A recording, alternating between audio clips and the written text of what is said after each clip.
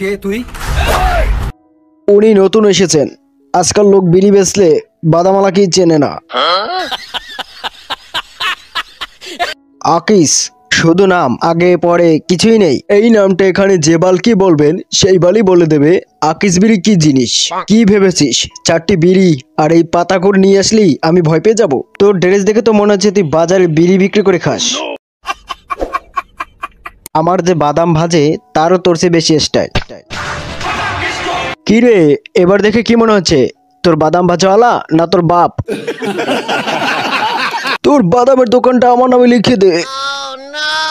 সই কর। আমাকে মাফ করে দেন আকিস ভাই, আমি আর এলাকায় বাদামের দোকান খুলবো না। তাড়াতাড়ি সাইন কর শালা, তোর বাদামের জন্য আমার বিড়ির ব্যবসা ডগে উঠে গেছে।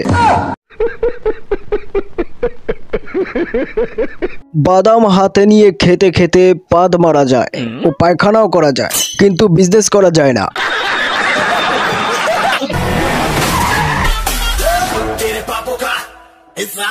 কি এটা? বাদাম দোকানের ম্যানেজার। শুনে নিয়েছেন? বাদামে সই করা দলিলটা আমার হাতে ট্রান্সফার করুন।